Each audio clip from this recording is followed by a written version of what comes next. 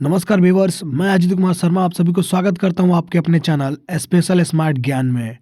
तो दोस्तों, इस वीडियो के अंतर्गत हम इतिहास के टॉप 100 प्रश्नों को लेकर आए हैं जो कि काफ़ी इम्पोर्टेंट है।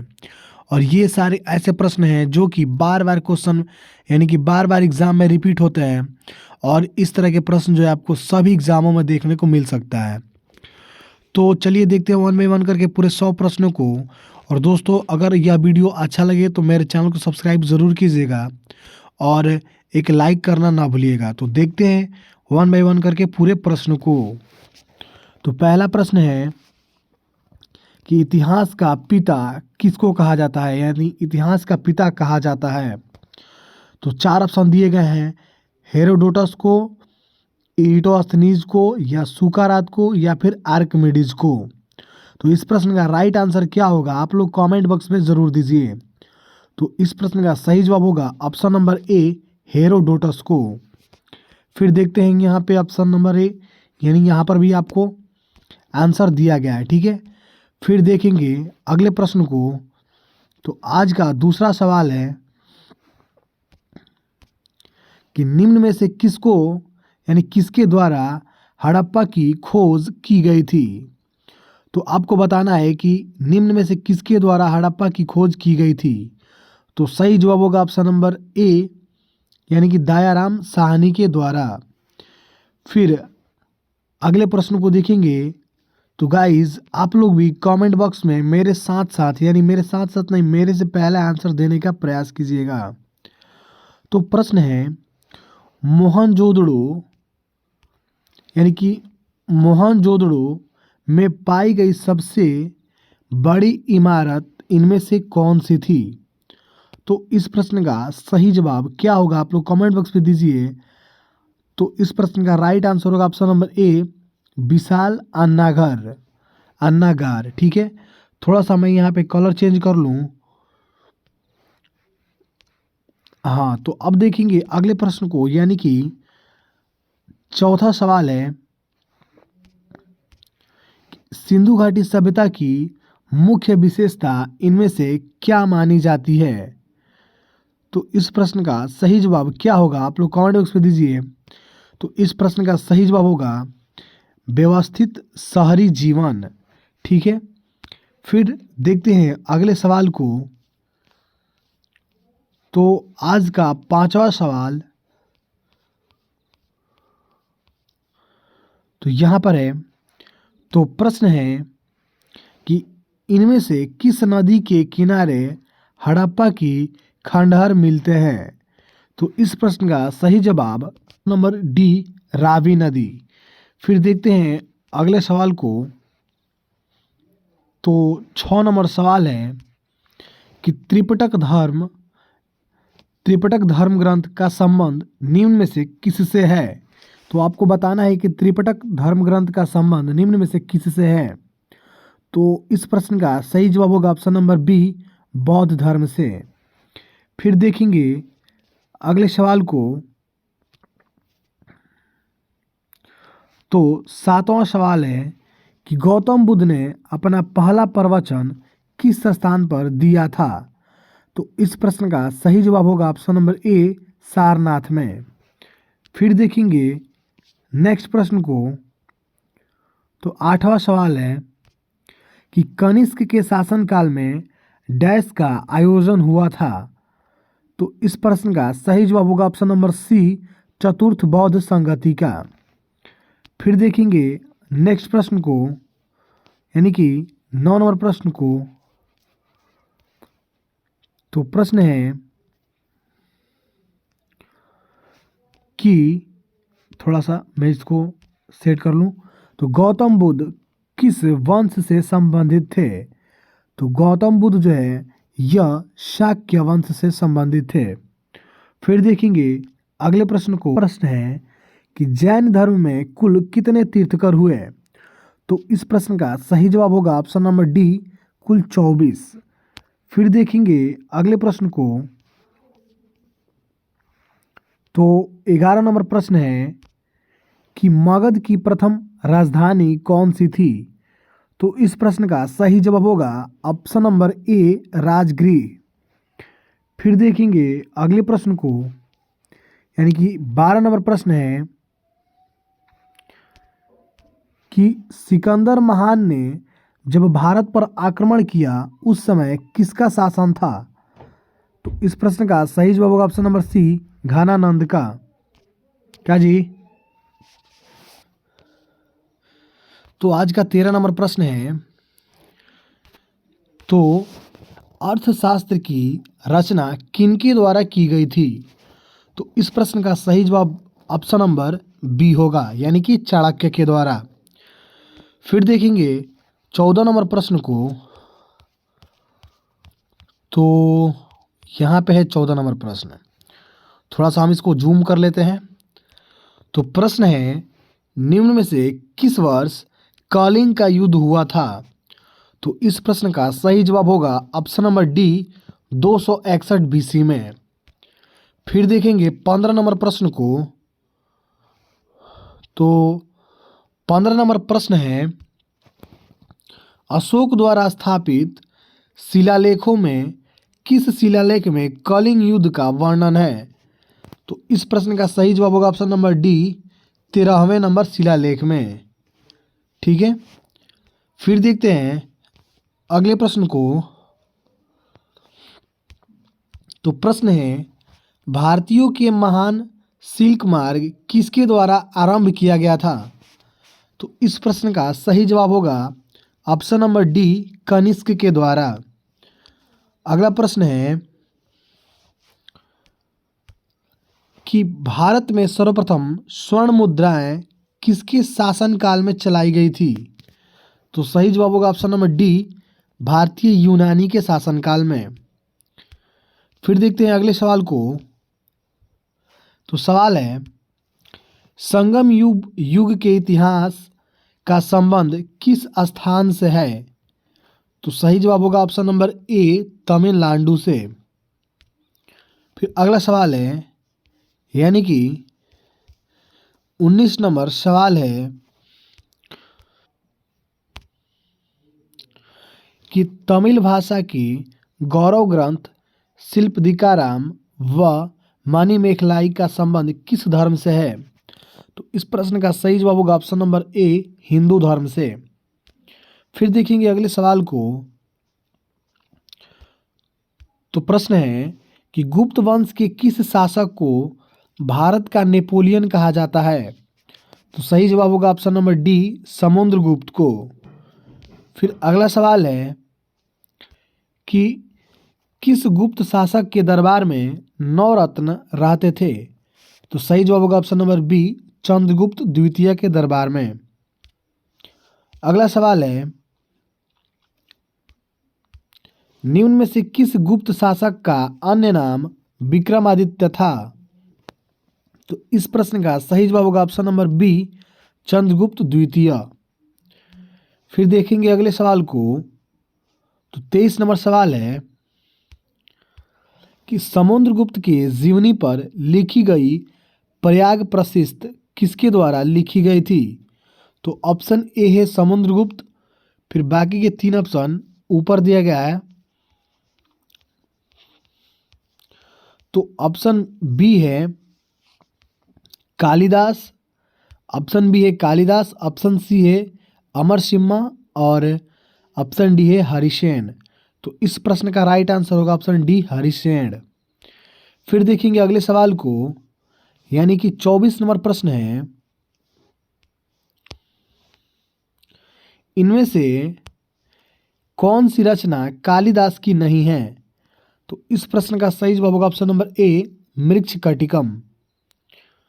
ये जो मृच्छकटिकम है यह शूद्रक की रचना है। ठीक है, अब देखेंगे अगले सवाल को।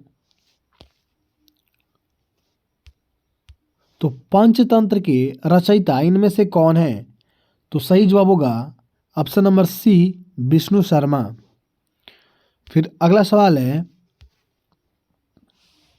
यानी कि 26 नंबर प्रश्न है कि वह अंतिम बौद्ध राजा कौन था जो संस्कृत का महान विद्वान व लेखक था? तो इस प्रश्न का राइट आंसर होगा ऑप्शन नंबर सी, हर्षवर्धन। अगला सवाल है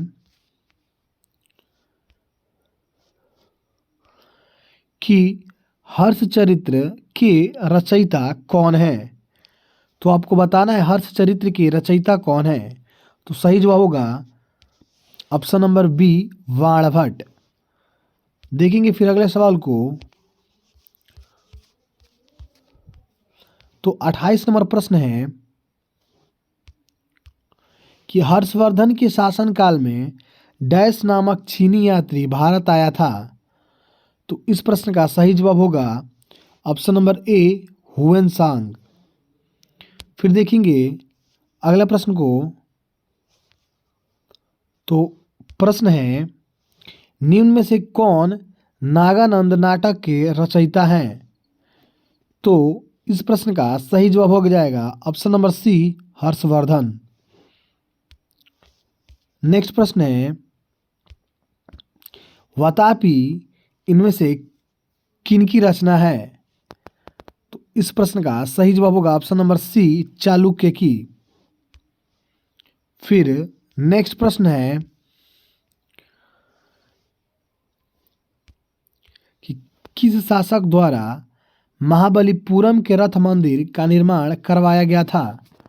तो इस प्रश्न का सही जवाब होगा ऑप्शन नंबर डी, नरसिंहवर्मन द्वितीय, प्रथम। अगला प्रश्न है यानी कि 32 नंबर प्रश्न है कि किसके शासनकाल के समय अजंता व एलोरा की गृह चित्रकला विकसित हुई थी। तो इस प्रश्न का सही जवाब होगा ऑप्शन नंबर बी, राष्ट्रकूट। फिर देखेंगे नेक्स्ट प्रश्न को।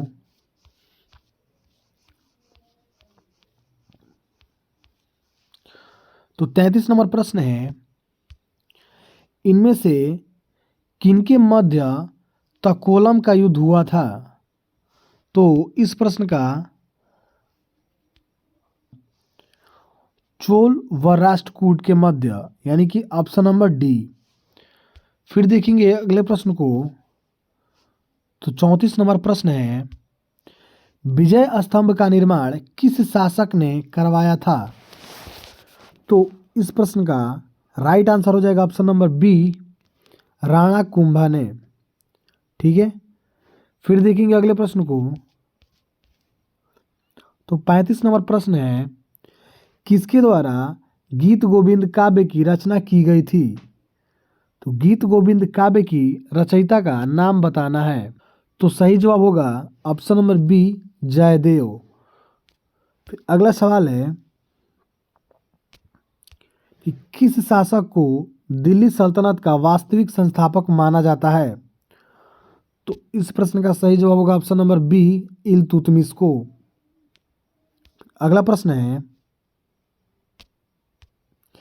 किताब उल हिंद नामक पुस्तक के रचयिता कौन है। तो सही जवाब होगा ऑप्शन नंबर बी, अल बरूनी। फिर अगला प्रश्न है यानी कि इनमें से किस शासक ने स्वयं को खुदाई खिदमतगार कहा था। तो प्रश्न है किस शासक ने स्वयं को खुदाई खिदमतगार कहा था। तो इस प्रश्न का सही जवाब होगा ऑप्शन नंबर सी, बलबन ने। अगला सवाल है दिल्ली के किस सुल्तान ने दीवान ए अर्ज की स्थापना की थी। तो इस प्रश्न का सही जवाब होगा option number B, Alauddin Khilji ने। फिर नेक्स्ट प्रश्न है दिल्ली सल्तनत के किस शासक को इतिहासकारों ने विरोधों का मिश्रण कहा है। तो इस प्रश्न का सही जवाब हो जाएगा option number B, Firoz Tughlaq को। ऑप्शन नंबर डी होगा मोहम्मद बिन तुगलक को। नेक्स्ट प्रश्न है यानी कि 41 नंबर प्रश्न है कि मोरक्को का प्रसिद्ध यात्री इब्न बतूता किसके शासनकाल में भारत आया था। तो इस प्रश्न का सही जवाब होगा ऑप्शन नंबर सी, मोहम्मद बिन तुगलक के शासनकाल में। फिर अगला सवाल है यानी कि ये था हमारा 41 नंबर प्रश्न। अब 42 नंबर प्रश्न है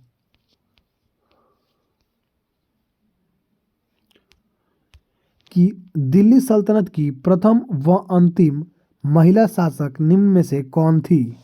तो सही जवाब होगा ऑप्शन नंबर सी, रजिया सुल्तान। फिर देखते हैं अगले प्रश्न को।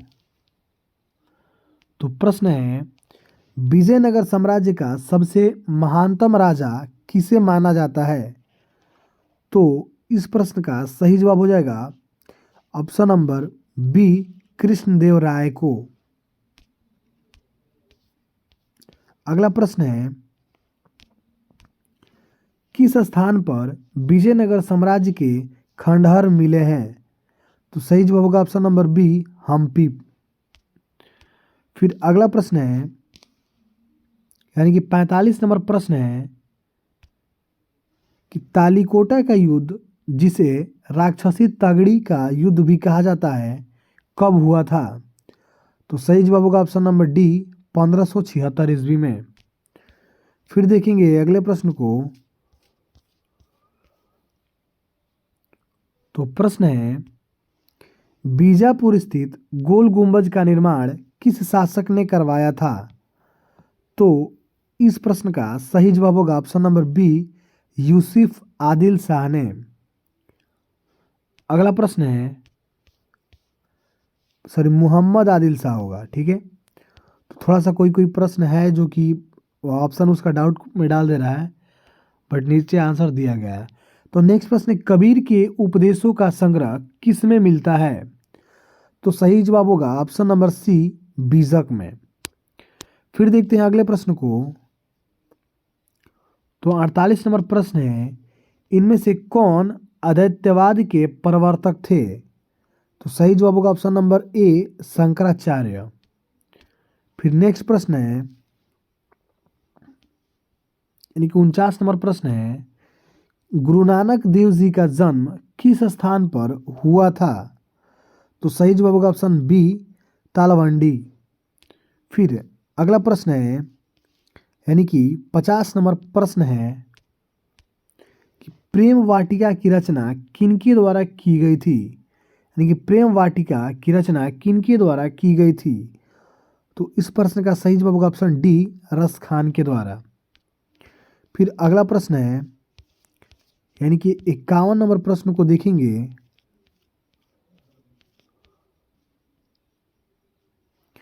तो प्रश्न है कि भारत में चिश्ती सिलसिले को किनके द्वारा स्थापित किया गया था? तो सही जवाब होगा option number A, Sheikh Moinuddin Chishti. फिर अगला प्रश्न है कि 1526 ईस्वी में हुए पानीपत के प्रथम युद्ध में बाबर ने किसे पराजित कर मुगल साम्राज्य की स्थापना की थी? तो सही जवाब होगा option number B, Ibrahim Lodi को। फिर अगला सवाल है,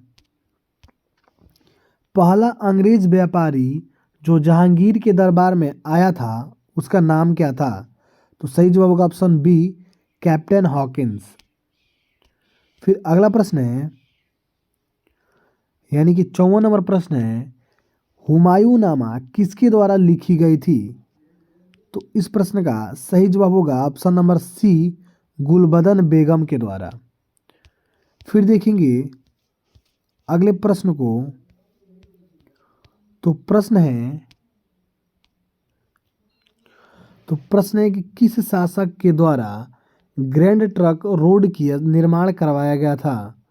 तो इसका आंसर आप सभी को पता ही होगा, ऑप्शन नंबर बी सही जवाब होगा, शेरशाह सूरी। अगला प्रश्न है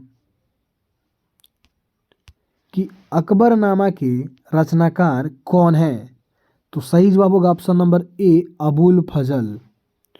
फिर अगला प्रश्न है, यानी 57 नंबर प्रश्न है कि किस मुगल शासक के शासनकाल को इतिहासकारों ने स्वर्णिम युग कहा है? तो सही जवाब हो जाएगा ऑप्शन नंबर सी, शाहजहां। फिर अगला प्रश्न है, यानी कि 58 नंबर प्रश्न है कि बाबर का मकबरा किस स्थान पर है? तो सही जवाब हो जाएगा ऑप्शन नंबर डी, काबुल। फिर नेक्स्ट प्रश्न है कि किस वर्ष अकबर व महाराणा प्रताप के बीच हल्दी घाटी का युद्ध हुआ था? तो सही जवाब होगा ऑप्शन नंबर डी, 1576 ईस्वी में। फिर अगला प्रश्न है,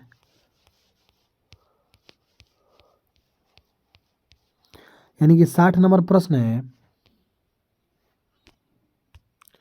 शाहजहां का शासनकाल था? तो सही जवाब होगा ऑप्शन नंबर सी, 1628 से 1658 तक। फिर नेक्स्ट प्रश्न है,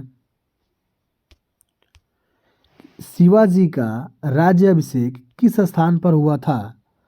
तो इस प्रश्न का सही जवाब होगा ऑप्शन नंबर बी, रायगढ़ में। अगला प्रश्न है कि शिवाजी ने पुरंदर की संधि किसके साथ की थी? तो इस प्रश्न का सही जवाब हो जाएगा ऑप्शन नंबर शाह आलम प्रथम, यानी ऑप्शन नंबर डी, सॉरी जय सिंह होगा इसका सही जवाब। अगला प्रश्न है, यानी कि 63 नंबर प्रश्न है कि पानीपत का तीसरा युद्ध 1761 ईस्वी में किन के बीच हुआ था? तो जो पानीपत का तीसरा युद्ध हुआ था वह पेशवा बाजीराव द्वितीय और अहमद शाह अब्दाली के बीच हुआ था, यानी कि ऑप्शन नंबर सी सही जवाब होगा। फिर अगला प्रश्न है, तो यहाँ से हमारा 64 नंबर प्रश्न शुरू होता है। तो प्रश्न है कि भारत का प्रथम गवर्नर जनरल कौन थे? तो सही जवाब होगा विलियम बेंटिक। अगले प्रश्न को देखेंगे तो है कि भारत में राजस्व एकत्रित करने की अस्थायी बंदोबस्त की प्रणाली किसके द्वारा शुरू की गई थी? तो इस प्रश्न का सही जवाब होगा option number D, Lord Cornwallis के शासनकाल में, सॉरी लॉर्ड कॉर्नवालिस के द्वारा। फिर अगला सवाल है, यानी कि 66 नंबर प्रश्न है कि किस गवर्नर जनरल का नाम हड़प की नीति के साथ जुड़ा हुआ है? तो सही जवाब होगा ऑप्शन नंबर ए, लॉर्ड डलहौजी। फिर अगला सवाल है, यानी कि 67 नंबर प्रश्न है कि सुगौली की संधि डैश, यानी सुगौली की संधि किनके मध्य संपन्न हुई थी? तो सही जवाब होगा option number B, East India Company और नेपाल के बीच। अगला प्रश्न है, यानी कि 68 नंबर प्रश्न है कि भारत में आधुनिक शिक्षा प्रणाली की शुरुआत की नींव किससे हुई थी? तो इस प्रश्न का सही जवाब होगा ऑप्शन नंबर बी, 1835 के मैकाले मिनट से। फिर अगला प्रश्न है, यानी कि 69 नंबर प्रश्न है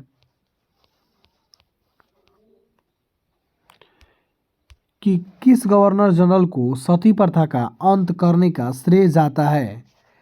तो सही जवाब होगा option number C, Lord William Bentinck को। फिर अगला प्रश्न है, यानी कि 70 नंबर प्रश्न है कि नील कृषकों की दुर्दशा पर लिखी गई पुस्तक नील दर्पण के लेखक कौन है? तो सही जवाब होगा ऑप्शन नंबर ए, दीनबंधु मित्र। अगला सवाल है कि किन्हें भारतीय पुनर्जागरण का पिता कहा जाता है? तो सही जवाब होगा ऑप्शन नंबर सी, राजा राम मोहन राय को। अगला प्रश्न है, यानी कि 72 नंबर प्रश्न है कि स्वामी विवेकानंद ने किस वर्ष शिकागो में विश्व धर्म संसद में भाषण दिया था? तो सही जवाब होगा ऑप्शन नंबर सी, 1893 ईस्वी में। अगला प्रश्न है, यानी कि 1873 ईस्वी में किनके द्वारा सत्यशोधक समाज की स्थापना की गई थी? तो सही जवाब होगा ऑप्शन नंबर ए, महात्मा ज्योतिबा फूले के द्वारा। फिर अगला प्रश्न है, दोस्तों अगर आप लोगों को वीडियो अच्छा लगे तो प्लीज़ मेरे चैनल को सब्सक्राइब ज़रूर कीजिएगा और फिर अपने दोस्तों को के पास शेयर ज़रूर कीजिएगा। फिर प्रश्न है कि थियोसॉफिकल सोसाइटी का मुख्यालय भारत में कहाँ स्थापित किया गया? तो भारत के अड्यार में। फिर अगला प्रश्न है, यानी कि 75 नंबर प्रश्न है कि वेदों को ओर लौटो का नारा किसने दिया था? तो इस प्रश्न का सही जवाब होगा ऑप्शन नंबर ए, स्वामी दयानंद सरस्वती ने। फिर 76 नंबर प्रश्न है, मंगल पांडे जिसने अंग्रेजों के खिलाफ विद्रोह कर दिया था, कहाँ के सैनिक थे? तो सही जवाब होगा option number B, option number C, Barrackpore के। और यह बैरकपुर के 34वीं यानी बंगाल के 34वीं नेटिव इन्फेंट्री के सिपाही थे। फिर अगला प्रश्न है, 1857 की क्रांति के समय ब्रिटेन का प्रधानमंत्री कौन था? तो ब्रिटेन का प्रधानमंत्री था लॉर्ड पमस्टन और विरोधी दल के नेता था यह लॉर्ड डलहौजी, सॉरी, विरोधी दल का नेता था डिज़रायली, उसका नाम था डिज़रायली। ठीक है। फिर अगला प्रश्न है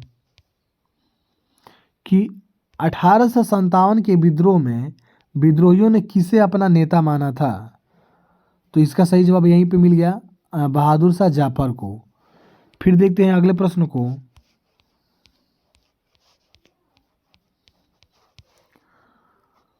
तो 79 नंबर प्रश्न है कि किस इतिहासकार ने 1857 के विद्रोह को स्वतंत्रता की पहली लड़ाई कहा था?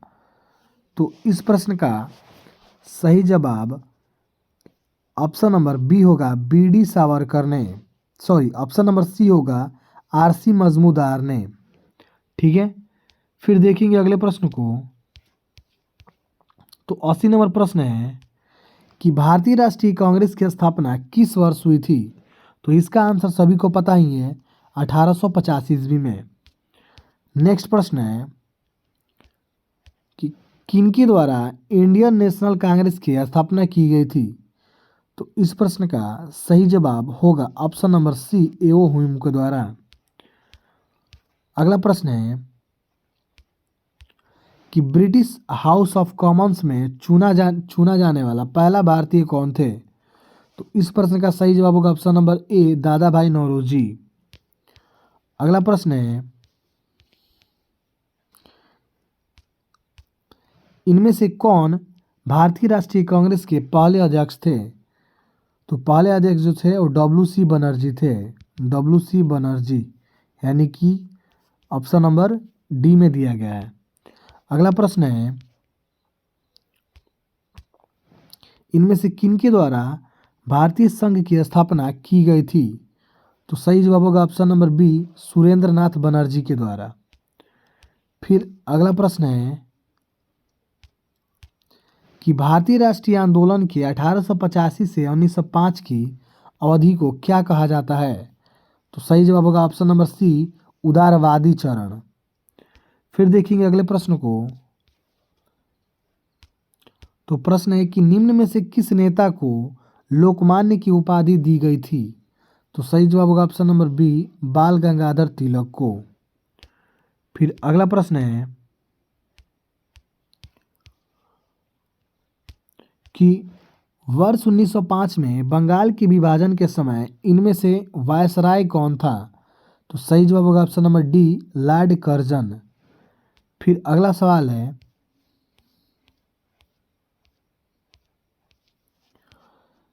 कि भारतीय राष्ट्रीय कांग्रेस की पहली भारतीय महिला अध्यक्ष कौन थी? तो सही जवाब होगा option C, Sarojini Naidu. Next प्रश्न है, मुस्लिम लीग की स्थापना किस वर्ष की गई थी? तो सही जवाब होगा ऑप्शन नंबर बी, 1906 में। फिर नेक्स्ट प्रश्न है कि किस एक्ट के तहत मुसलमानों को पृथक निर्वाचन मंडल दिया गया था? तो इस प्रश्न का सही जवाब होगा option B, Government of India Act 1909। अगला सवाल है कि महात्मा गांधी ने किस आंदोलन से भारतीय राजनीति में प्रवेश किया था? तो सही जवाब होगा ऑप्शन नंबर सी, चंपारण आंदोलन से। फिर अगला प्रश्न है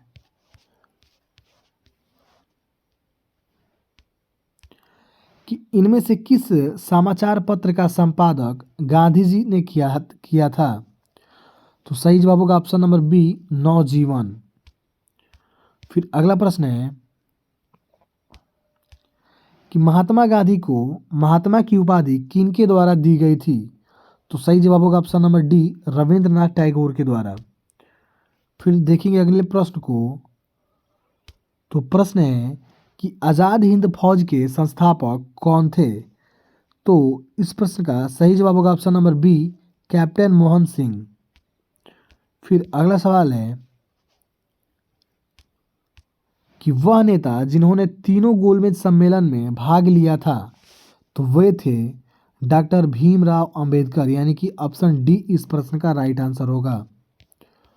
फिर अगला प्रश्न है, यानी कि 96 नंबर प्रश्न है कि किस प्रसिद्ध क्रांतिकारी ने इलाहाबाद के अल्फ्रेड पार्क में पुलिस के साथ मुठभेड़ में, यानी कि मुठभेड़ में स्वयं को गोली मार ली थी? तो इसका आंसर सभी को पता होगा, ऑप्शन नंबर ए, चंद्रशेखर आजाद ने। फिर अगला प्रश्न है कि क्रिप्स मिशन भारत कब आया था? तो सही जवाब होगा ऑप्शन सी, 1942 में। फिर प्रश्न है कि किस वर्ष अमेरिका स्वाधीनता का संग्राम घटित हुआ था? तो सही जवाब होगा 1775 ईस्वी से 1783 ईस्वी तक। फिर आज का 99 नंबर प्रश्न है कि इनमें से किसे रूस की क्रांति का जनक कहा जाता है? तो इस प्रश्न का सही जवाब ऑप्शन नंबर डी होगा, जो कि लेनिन को। फिर 100 नंबर प्रश्न है, यानी कि 100वां प्रश्न है आज का, और आज का अंतिम प्रश्न है कि किसने द्वितीय विश्व युद्ध के दौरान शीर्ष शक्तियों का प्रतिनिधित्व किया था? तो इस प्रश्न का सही जवाब आप लोग कमेंट बॉक्स में दीजिएगा। दोस्तों, आशा करता हूँ कि आप सभी को ये वीडियो पसंद आया हो, और अगर पसंद आया है तो मेरे चैनल को सब्सक्राइब ज़रूर कीजिएगा, और वीडियो को अपने दोस्तों के पास शेयर ज़रूर कीजिएगा, और एक लाइक करना ना भूलिएगा। तो फिर मिलते हैं अगले वीडियो में। फ़िलहाल के लिए जय हिंद।